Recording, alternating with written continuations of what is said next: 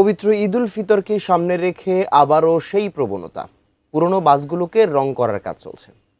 ঈদযাত্রায় মহাসড়কে নামবে সেসব রং করা জরাজীর্ণ গাড়ি, যার অধিকাংশেরই নেই ফিটনেস।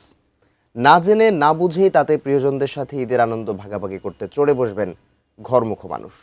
আমাদের খুলনা ও রংপুর প্রতিনিধি জানিয়েছেন দুই বিভাগের চিত্র।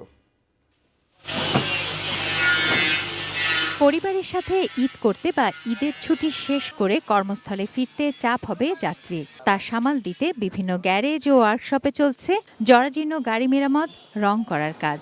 ঈদযাত্রায় যাত্রী সেবার মান বাড়াতে এবং যাত্রীদের আকর্ষণের লক্ষ্যেই গাড়িগুলোকে নতুন করে সাজানো হচ্ছে, দাবি মালিকপক্ষের। আসলে নতুন গাড়ি দেখলে কাগজপাতি মনে করে যে ঠিক আছে, এই জন্য রোডে কোনো ঝামেলা হয় না। নতুন গাড়ি যাত্রীদের সেবা দেওয়ার জন্য, যাত্রী সেবার মান উন্নয়ন করার জন্য। তবে বিআরটিএ কর্তৃপক্ষ বলছে, ফিটনেসবিহীন গাড়ির বিরুদ্ধে নিয়মিত অভিযান চলবে তাদের। ফিটনেস নাই, শুধু রংচং করে চালাবে, এটা চলতে দেব না। এটার বিরুদ্ধে আমরা মনিটরিং করব এবং ভিজিলেন্স টিম তো থাকবে।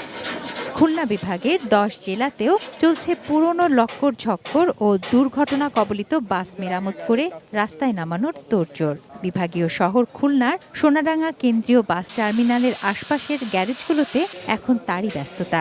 এসব গাড়ির অনেকগুলো বেশ পুরনো, কোনোটি পড়েছিল বড় দুর্ঘটনায়। এই গাড়ি মনে করেন বয়স হয়ে গেছে অন্তত 20 বছর তো মনে করেন সব নষ্ট হয়ে গেছে, আমরা সেইগুলো রিপেয়ারিং করে দিই। প্রতি ঈদের আগে পরে দুর্ঘটনায় প্রাণহানি বাড়ে সড়কে। দুর্ঘটনার অন্যতম কারণ ফিটনেসবিহীন গাড়ি চলাচল। ঈদ উপলক্ষে তড়িঘড়ি করে মেরামত করা গাড়ি কতটা নিরাপদ, তা নিয়ে প্রশ্ন ওঠে বরাবরই। টিকিট নেওয়ার সময় তারা জানেনও না যে কোন গাড়িতে তাকে চলাচল করতে হবে, এবং বিআরটিএ সহ প্রশাসন, মাঠ প্রশাসন যারা মাঠে থাকেন তাদের এটা দেখার দায়িত্ব আসলে এটি কেউ দেখেন না।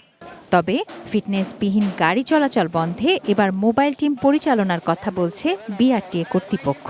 ফিটনেসবিহীন গাড়ি, লক্ষ মাকা গাড়ি যাতে রাস্তা চলাচল করতে না পারে, সেজন্য যে ওয়ার্কশপগুলোতে এগুলো তারা রং করে, সেগুলো ওয়ার্কশপে অভিযান পরিচালনা করা। তুনাজ জিনা তনু, ডেস্ক রিপোর্ট, এটিএন নিউজ।